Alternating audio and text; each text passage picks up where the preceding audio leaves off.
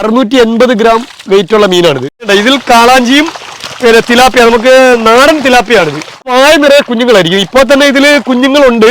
ഇതിന്റെ വായിൽ ഇത് കുഞ്ഞുങ്ങള് ഇത് നിലവിൽ ഈ വലക്കകത്ത് തന്നെ കുഞ്ഞുങ്ങളെ വായിൽ കൊണ്ടു നടക്കുന്ന ഒരു ഫിഷാണ്. 2-2.5 സൈസ് വരുന്ന കുഞ്ഞുങ്ങളാണ് കേട്ടോ. ഇതിപ്പോ നമ്മുടെ ഈ ഒരു ഹാപ്പോലയിൽ കിടക്കുന്നത് എത്രത്തോളം കിടപ്പുണ്ട്? 25,000 കുഞ്ഞുങ്ങൾ. 25,000 കുഞ്ഞുങ്ങൾ നിലവിൽ ഇപ്പോൾ സ്റ്റോക്ക് ഉണ്ട്. നമസ്കാരം. ഇന്നത്തെ വീഡിയോ ആരംഭിക്കുന്നത് കായംകുളം കായലിൻ്റെ നടുക്ക് നിന്നാണ് കേട്ടോ. അപ്പോൾ എൻ്റെ കൂടെ ഉള്ളത് ഫക്രുദ്ദീൻ സാറ്. ഫക്രുദ്ദീൻ സാറിനെ ഞാൻ പരിചയപ്പെടുത്തേണ്ട ആവശ്യമില്ല, കാരണം കേരളത്തിലെ മത്സ്യകർഷകർക്ക് പ്രചോദനമാകുന്ന ഒരുപാട് കാര്യങ്ങൾ സാറിലൂടെ നിങ്ങൾക്കായിട്ട് ഷെയർ ചെയ്തിട്ടുണ്ട്. അപ്പോൾ ഇന്ന് നിങ്ങൾക്കായിട്ട് ഞാൻ സാറ് പങ്കുവയ്ക്കുന്നത് പുതിയൊരു മത്സ്യകൃഷി രീതിയാണ് കേട്ടോ. മത്സ്യകൃഷി നേരിടുന്ന വലിയ പ്രതിസന്ധികളൊന്ന് തീറ്റയുമായി ബന്ധപ്പെട്ട ചെലവുകളാണ്. ഏത് കർഷകരോട് നമ്മൾ ചോദിച്ചാലും അവരുടെ എല്ലാ മറുപടി സാറേ പിന്നെ വലിയ ചിലവാണല്ലോ തീറ്റയ്ക്ക്. അപ്പം നമ്മൾ ഇതിന് മുമ്പ് തീറ്റയുടെ ചിലവ് കുറയ്ക്കുന്നതുമായി ബന്ധപ്പെട്ട ഒരു ടെക്നിക്കൽ നോഹോ നമ്മൾ പറഞ്ഞിരുന്നു.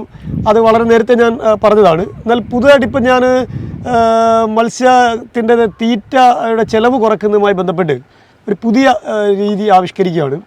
അതായത് ഒരു പോണ്ടിൽ തന്നെ നമുക്ക് വ്യത്യസ്ത മത്സ്യങ്ങളെ വ്യത്യസ്തങ്ങളായി വളർത്തുകയും ആ മത്സ്യത്തിന് ആവശ്യമായ തീറ്റ പോണ്ടിൽ തന്നെ നമുക്ക് സൃഷ്ടിക്കുകയും ചെയ്യുന്ന ഒരു രീതിയാണ്. അതിനകത്ത് പ്രത്യേകിച്ച് നമ്മൾ ചെയ്യാൻ പോകുന്നത് ഇപ്പോൾ കാളാഞ്ചി ആണ് നമ്മൾ കൃഷി ചെയ്യുന്നത്.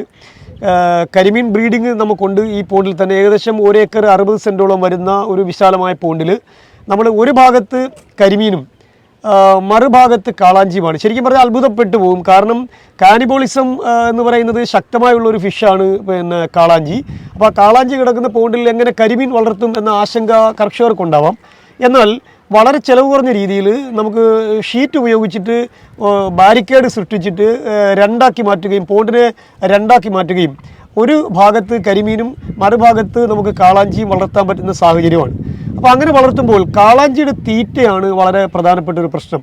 നിലവിൽ 100 രൂപ 125 രൂപ വരെ കാളാഞ്ചിയുടെ തീറ്റയ്ക്ക് 1 കിലോഗ്രാമിന് ചിലവ് വരുന്നുണ്ട്.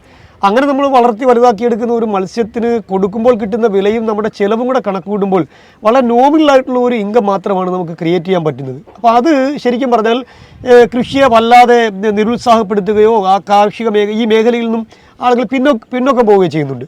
അപ്പോൾ അതിൽ ഞാൻ ഒന്ന് പരീക്ഷിച്ച് വിജയിച്ച ഒരു മെത്തേഡാണ് ഞാൻ ഇതിനകത്ത് പറയാൻ പോകുന്നത്. അതായത് ഞാൻ നിലവിൽ ഈ പറയുന്ന 1.5 ഏക്കറിന് മുകളിൽ വരുന്ന ഈ പോണ്ടിനകത്ത് പരീക്ഷണാടിസ്ഥാനത്തിൽ ഒരു 2000 കാളാഞ്ചിയെ നമ്മൾ സ്റ്റോക്ക് ചെയ്യായിരുന്നു. അപ്പോൾ അതിൽ നമ്മൾ ചെയ്ത ഒരു മാർഗ്ഗം എന്ന് പറഞ്ഞാൽ, ആദ്യം തന്നെ നമ്മൾ കാളാഞ്ചി കുഞ്ഞുങ്ങളെ നിക്ഷേപിക്കുന്നതിന് മുമ്പ് ഏകദേശം ഒരു 80 സെൻറ്റോളം വരുന്ന പോണ്ടിനകത്ത് നമ്മൾ വേർതിരിച്ച സ്ഥലത്ത് 200 ജോഡി നാടൻ തിലാപ്പിയായ നമ്മൾ വിടുകയാണ്. ജോഡി തിലാപ്പിയാണ് വിടുന്നത്. ആണും പെണ്ണുമായിട്ടുള്ള 200 മത്സ്യത്തെ നമ്മൾ അതിനകത്ത് വിടുന്നു. അത് ഏകദേശം ഒരു 15 ദിവസം കൊണ്ട് തന്നെ അത് ബ്രീഡാവുകയും അത് കുഞ്ഞുങ്ങളെ പുറത്തേക്ക് വിടുകയും ചെയ്യും. അതൊരു 35-40 ദിവസമാകുമ്പോൾ ഈ കുഞ്ഞുങ്ങൾ 1.5 ഇഞ്ച് വലിപ്പത്തിലുള്ള ഏകദേശം 3.25 സെൻറ്റിമീറ്റർ 4 സെൻറ്റിമീറ്റർ വലിപ്പത്തിലേക്ക് ഉള്ള ഒരവസ്ഥയിലേക്ക് എത്തിച്ചേരും. അപ്പോൾ 200 ജോഡി തിലാപ്പിയ എന്ന് പറയുന്നത് ലക്ഷക്കണക്കിന് കുഞ്ഞുങ്ങളായിരിക്കും പിന്നെ ഉൽപ്പാദിപ്പിക്കുന്നത്. അപ്പോൾ ഒരു 1.5 മാസം കൊണ്ട് ഈ കുഞ്ഞുങ്ങൾ 1.5 ഇഞ്ച് 1.5 ഇഞ്ച് വലിപ്പത്തിലേക്ക് എത്തും. ആ പോണ്ടിനകത്തേക്കാണ് നമ്മൾ കാളാഞ്ചിയുടെ കുഞ്ഞുങ്ങളെ നിക്ഷേപിക്കുന്നത്. ശരിക്കും പറഞ്ഞാൽ ആദ്യത്തെ 2 മാസം 60 ദിവസത്തേക്ക് യാതൊരുവിധ തീറ്റയും കൊടുക്കാതെ ഈ കാളാഞ്ചി മത്സ്യം ഏകദേശം 2 മാസം കൊണ്ട് 250 ഗ്രാമിൽ തുടങ്ങി 400 ഗ്രാം വരെ വലിപ്പത്തിലേക്ക് ഈ തിലാപ്പിയയുടെ കുഞ്ഞുങ്ങളെ കഴിച്ച് വളർന്നു വരുന്നുണ്ട്. ശരിക്കും പറഞ്ഞാൽ ആദ്യത്തെ ഈ 2 മാസത്തെ ഹൈ പ്രോട്ടീൻ തീറ്റയാണ് നമ്മൾ കൊടുക്കുന്നതെങ്കിൽ അതിഭാരിച്ച ചിലവാണ് അതിനകത്ത് വരുന്നത്. എന്നാൽ വളരെ പരിമിതമായ ചിലവിലാണ് നമ്മൾ ഈ 2 മാസത്തേക്ക് പോകുന്നത്. അത് കഴിയുമ്പോൾ ഈ തിലാപ്പിയ ഇങ്ങനെ വിരിഞ്ഞുകൊണ്ടേയിരിക്കും. ശരിക്കും പറഞ്ഞാൽ ഓരോ മാസവും കുഞ്ഞുങ്ങളുടെ നമ്പർ കൂടി വന്നുകൊണ്ടേയിരിക്കും. അപ്പം ശരിക്കും പറഞ്ഞാൽ നമുക്ക് ഒരു 3/4 കിലോ റേഞ്ച് വരെ എത്തുന്നതിന് 1 രൂപയുടെ തീറ്റ പോലും നമുക്ക് പ്രത്യേകിച്ച് കൊടുക്കാതെ തന്നെ ഈ മത്സ്യം എത്തുന്നുണ്ട്. അതിനുശേഷം നമുക്ക് ലഭ്യമായിട്ടുള്ള മറ്റു തീറ്റകളിലേക്ക് നമുക്ക് പോകാൻ പറ്റും. തീർച്ചയായിട്ടും ഒരു വലിയ വിജയമായിട്ടാണ് ഞാൻ കാണുന്നത്. എൻ്റെ കയ്യിൽ ആ മത്സ്യമുണ്ട്, തിലാപ്പിയായും ഉണ്ട്, പിന്നെ കാളാഞ്ചിയും കിടപ്പുണ്ട്. ജോഡി മത്സ്യമായിട്ട് ഉപയോഗിക്കുന്ന കരിമീനാണ് ഇത്. ഏകദേശം 600, ഇത് കഴിഞ്ഞ ദിവസം ഞങ്ങൾ തൂക്കിയിട്ടാണ് ഈ മീൻ ഇട്ടത്. 680 ഗ്രാം വെയിറ്റ് ഉള്ള മീനാണിത്. 680 ഗ്രാം വെയിറ്റ് ഉണ്ട്. ഈ മത്സ്യം ആൺ മത്സ്യമാണിത്. ഈ മത്സ്യം ആൺ മത്സ്യമാണ്. നമുക്ക് തിരിച്ചറിയാൻ പറ്റും അല്ലേ? തിരിച്ചറിയാൻ പറ്റും. അതെ, തീർച്ചയായിട്ടും. ഒരു കർഷകനാണല്ലോ. ഇത് നമ്മൾ നമ്മുടെ പോണ്ടിലേക്ക് മാറ്റുകയാണ്. ഈ ഇത്തരം മത്സ്യങ്ങളുടെ കുഞ്ഞുങ്ങളെയാണ് നമ്മൾ വിൽപ്പന നടത്തുന്നത്. നമ്മളിപ്പോൾ ഉദ്ദേശിക്കുന്നത് 3 തരം മത്സ്യങ്ങളെ നമ്മൾ ഈ ബ്രീഡ് ചെയ്യുന്ന പോണ്ടിനകത്ത് 3 തരം മത്സ്യങ്ങളെയാണ് നമ്മൾ വളർത്താൻ ഉദ്ദേശിക്കുന്നത്. അതെ അതെ. അപ്പൊ ആദ്യം എന്നുള്ള രീതിയിൽ ഏത് മത്സ്യത്തെയാണ് നമ്മൾ ഇറക്കി വിടുന്നത്? നമ്മളിപ്പോൾ ആദ്യം ചെയ്യുന്നത് കരിമീനെയാണ്. നമ്മൾ ബ്രൂഡർ സ്റ്റോക്ക് കരിമീനെ ആദ്യം ഇറക്കി വിടുന്നു. ഇത് മുട്ട വെച്ച് ഈ മത്സ്യം കുഴിയിലാകുന്ന മുട്ട വെച്ച് അതിൻ്റെ കുഞ്ഞുങ്ങൾ കുഴിയിലായി പുറത്ത് വരുന്ന ഒരു ടൈമുണ്ട്. എന്ന് പറഞ്ഞാൽ മുട്ട വെച്ച് കഴിഞ്ഞാൽ ഏകദേശം 9 ദിവസം കൊണ്ട് ഇത് കുഴിക്ക് പുറത്തിറങ്ങും, സഞ്ചരിച്ചു തുടങ്ങും. കുഴിക്കുഞ്ഞുങ്ങൾ സഞ്ചരിച്ചു തുടങ്ങും. ആ സഞ്ചരിച്ചു തുടങ്ങിയാൽ ഒരു 5-6 ദിവസം കൊണ്ട് അത് പ്ലാങ്ടൺ അടക്കമുള്ള സാധനങ്ങൾ നന്നായിട്ട് കഴിക്കുന്ന അവസ്ഥയിലേക്ക് എത്തും. അഥവാ 1/4 ഇഞ്ച് കുഞ്ഞുങ്ങളാവും. ആ സമയത്താണ് നമ്മൾ അടുത്ത മത്സ്യത്തിന് നമ്മൾ ഈ പോണ്ടിലേക്ക് ഇറക്കി വിടുന്നത്. അതേത് മത്സ്യമായിരിക്കും? അത് നമ്മൾ തിലാപ്പിയ ആയിരിക്കും ഇറക്കി വിടുന്നത്. അത് കാളാഞ്ചിക്കുള്ള തീറ്റയുമായി ബന്ധപ്പെട്ടാണ് ആ തിലാപ്പിയ ഇറക്കുന്നത്. ആ തിലാപ്പിയയുടെ കുഞ്ഞുങ്ങൾ വിരിഞ്ഞു വരാൻ ഏകദേശം 1 ഇഞ്ച് 1.5 ഇഞ്ച് കുഞ്ഞുങ്ങളാകാൻ ഒരു മാസത്തിന് മുകളിലെടുക്കും. അപ്പോൾ അതിനുള്ളിൽ തന്നെ കരിമീൻ്റെ കുഞ്ഞുങ്ങൾ നമുക്ക് 1 ഇഞ്ചിന് മുകളിലെത്തും. ആ സമയത്ത് നമ്മൾ കരിമീൻ്റെ കുഞ്ഞുങ്ങളെ എന്ത് ചെയ്യും? ക്യാച്ച് ചെയ്തിട്ട് പ്രത്യേക ബാഗുകളിലാക്കി, നമ്മളിപ്പുറത്തെ ബാഗുകളുണ്ട്, ആ ബാഗുകളിലാക്കി നമ്മൾ ആ കുഞ്ഞുങ്ങൾക്ക് തീറ്റ കൊടുത്ത് ഓരോ വലിപ്പത്തിലേക്ക് മാറ്റിയിട്ടാണ് നമ്മളിത് വിപണിയിലേക്ക് കൊണ്ടുവരുന്നത്. അതെ. നമ്മുടെ ഈ ഒരു വലയ്ക്കകത്തുള്ളതെന്ന് പറയുമ്പോൾ എല്ലാത്തരം മത്സ്യങ്ങളും ഇതിനകത്തുണ്ട്. അതെ അതെ. ഇതിനകത്ത് ഇപ്പം ഞങ്ങൾ വറ്റ ഉണ്ട്, പിന്നെ കാളാഞ്ചി അപ്പുറത്താണ് കിടക്കുന്നത്. ഇതിനകത്ത് വറ്റയാണ് പ്രധാനമായിട്ടും കിടക്കുന്നത്. നമുക്ക് പുറത്തു നിന്ന് കിട്ടുന്ന വറ്റ കുഞ്ഞുങ്ങളെ നമ്മൾ ഈ വലയ്ക്കകത്ത് സ്റ്റോക്ക് ചെയ്ത് വളർത്തിയിട്ട് വറ്റയെ നമ്മൾ കാളാഞ്ചിയുടെ കൂടെ നിക്ഷേപിക്കും.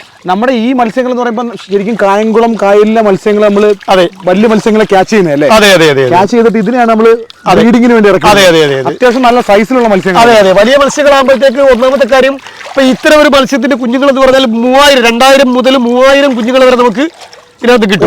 ഒറ്റയടിക്ക് കിട്ടും. അപ്പൊ ആ കുഞ്ഞുങ്ങൾ അത് മാത്രം ഇതിന്റെ വളർച്ചയും വളരെ വേഗത്തിലായിരിക്കും. ഈ കുഞ്ഞുങ്ങളുടെ അത് ഭയങ്കര പോരടിക്കുക എന്ന് പറയും കുഞ്ഞുങ്ങൾ. അത്ര പവർഫുൾ ആയിട്ടുള്ള കുഞ്ഞുങ്ങളായിരിക്കും.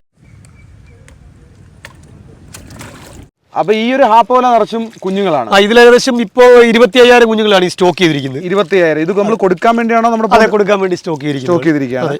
ഇത് എത്ര ഇഞ്ച് കുഞ്ഞുങ്ങൾ വരും? ഇത് 2 ഇഞ്ച് മുതൽ 2.5 ഇഞ്ച് വരെ വലിപ്പമുള്ള കുഞ്ഞുങ്ങളാണ്. 2 ഇഞ്ച് മുതൽ 2.5 ഇഞ്ച് വരെ വലിപ്പമുള്ള. ഇത് ക്യാമറ എടുത്തോട്ട് ഒന്ന് കാണിച്ചു സാറേ.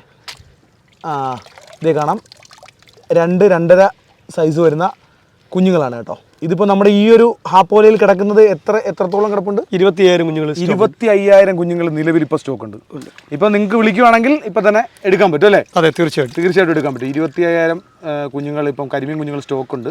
എടുക്കുന്ന ആ 1 ഇഞ്ച് പ്ലസ് കുഞ്ഞുങ്ങളാണ്. 1 ഇഞ്ച് പ്ലസ് 2.5 സെന്റിമീറ്റർ മുകളിലുള്ള കുഞ്ഞുങ്ങളാണ് ഈ കിടക്കുന്നത്. 2.5 സെന്റിമീറ്ററിന് മുകളിലുള്ള യൂണിഫോം സൈസ് കുഞ്ഞുങ്ങളായിരിക്കും. ഇത് ഇറക്കി കഴിഞ്ഞാൽ ഒരേ രീതിയിൽ മീൻ വളർന്ന് കയറി വരും. അതെ, അതാണ് അതിന്റെ ഒരു രീതി. കണ്ടോ? ഓക്കെ. 1 ഇഞ്ച് പ്ലസ് കുഞ്ഞുങ്ങൾ. 1 ഇഞ്ച് പ്ലസ് കുഞ്ഞുങ്ങളാണ് കേട്ടോ. കരിമീൻ ഇറക്കിയതിന്റെ കൂട്ടത്തിൽ തന്നെ നമ്മൾ തിലാപ്പിയ ഇറക്കും. ഒരുപക്ഷെ ഈ തിലോപ്പിയ ആയിരിക്കും പിന്നീട് ഇതിന് തീറ്റയാകുന്നത്. അപ്പൊ നമ്മള് ശരിക്കും ഈ ഒരു പോണ്ടിലേക്ക് ഇനി ചെമ്മീൻ ഇറക്കുന്ന കാര്യം ഉണ്ട്. നമ്മൾ കരിമീൻ ബ്രീഡ് ചെയ്യാൻ വേണ്ടി ഇട്ടിരിക്കുന്ന ആ ഒരു പ്രത്യേക ഏരിയ ആണ്. ആ ഏരിയയിലേക്ക് നമ്മൾ കാരച്ചെമ്മീന് നിക്ഷേപിക്കും. അത് കരിമീൻ വിരിഞ്ഞ് കുഴിക്കകത്ത് നിന്ന് കുഞ്ഞുങ്ങൾ ഇറങ്ങിയതിന് ശേഷം മാത്രമായിരിക്കും കാരയുടെ ചെമ്മീൻ നമ്മൾ അതിനകത്തേക്ക് എടുത്തുള്ളൂ. കാരണം അല്ലെങ്കിൽ കാരച്ചെമ്മീൻ നമ്മൾ ഇട്ടൊരു 10 ദിവസമോ മറ്റോ കഴിഞ്ഞിട്ടാണ് നമ്മൾ കരിമീൻ ഇറക്കുന്നതെങ്കിൽ കരിമീൻ വെക്കുന്ന മുട്ടയെ ഈ കാരച്ചെമ്മീന്റെ കുഞ്ഞുങ്ങൾ എന്ത് ചെയ്യും? ആയിരുന്നു കഴിക്കും. അപ്പൊ ആ മുട്ടയുടെ നമ്പർ കുറയുകയും നമുക്ക് കുഞ്ഞുങ്ങളുടെ എണ്ണം കുറയുകയും ചെയ്യും. അതായത് മണ്ണിൽ കൊത്തി സൈഡ് വാരം നടക്കുന്ന മീനാണ് കരിമീൻ. അതെ. അപ്പം അതുകൊണ്ട് വലിയ പ്രശ്നങ്ങൾ വരുന്നില്ല. ഒരു ലെയറായിട്ട് മത്സ്യങ്ങൾ വളർത്താൻ പറ്റും. അതാണ് സാറിന്റെ ഐഡിയ. അതെ, തീർച്ചയായിട്ടും. ഒരു സ്ഥലത്ത് നമുക്ക് ഏതെങ്കിലും ഒരു ക്രോപ്പ് നമുക്ക് പരാജയപ്പെട്ടാൽ പോലും അടുത്ത ക്രോപ്പിൽ നമുക്ക് ഉറപ്പായിട്ട് എന്ത് ചെയ്യാൻ പറ്റും? വിജയിക്കാൻ പറ്റും. ഇതിൽ കാളാഞ്ചിയും പിന്നെ തിലാപ്പിയ, നമുക്ക് നാടൻ തിലാപ്പിയാണിത്. ഇത് നാടൻ തിലാപ്പിയാണ്. ഇത് കണ്ടമാനം കുഞ്ഞുങ്ങൾ ഉൽപ്പാദിപ്പിക്കാൻ കപ്പാസിറ്റി ഉള്ള തിലാപ്പിയാണ്. അതും രണ്ടും കൂടെ മിക്സ് ചെയ്താണ് കിടക്കുന്നത്. ഇതിപ്പോ തിലാപ്പിയയിലെ ആൺമത്സ്യമാണ്. ഇത് പെൺമത്സ്യമാണ്. ഇത് പെൺമത്സ്യമാണ്. ഇതിന്റെ വായ നിറയെ കുഞ്ഞുങ്ങളായിരിക്കും. ഇപ്പൊ തന്നെ ഇതില് കുഞ്ഞുങ്ങളുണ്ട്.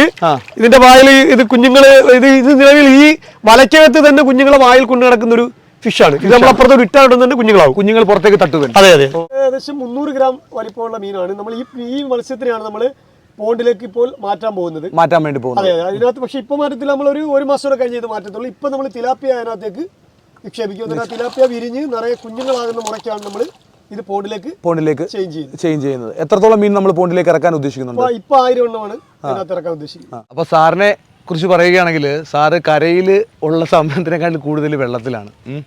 നന്നായിട്ട് ഈ ഒരു മത്സ്യകൃഷിയിൽ നിൽക്കുന്നൊരു വ്യക്തിയാണ്. അപ്പോൾ സാറിൻ്റെ ഫാമിൻ്റെ പേരെന്ന് പറയുമ്പം കാവേരി ഫിഷ് ഫാം എന്നാണ്. സ്ഥലം ആലപ്പുഴ ജില്ലയിൽ തൃക്കുന്നപ്പുഴ SN നഗർ. മത്സ്യക്കുഞ്ഞുങ്ങൾ, എല്ലാ രീതിയിലുള്ള മത്സ്യക്കുഞ്ഞുങ്ങളും ഈ ഒരു കാവേരി ഫിഷ് ഫാമിലുണ്ട്. കോൺടാക്ട് ഡീറ്റെയിൽ ഒക്കെ വീഡിയോയിൽ കൊടുക്കാം. മറ്റൊരു കാഴ്ചയായിട്ട് അടുത്ത അധ്യായത്തിൽ വീണ്ടും കാണാം.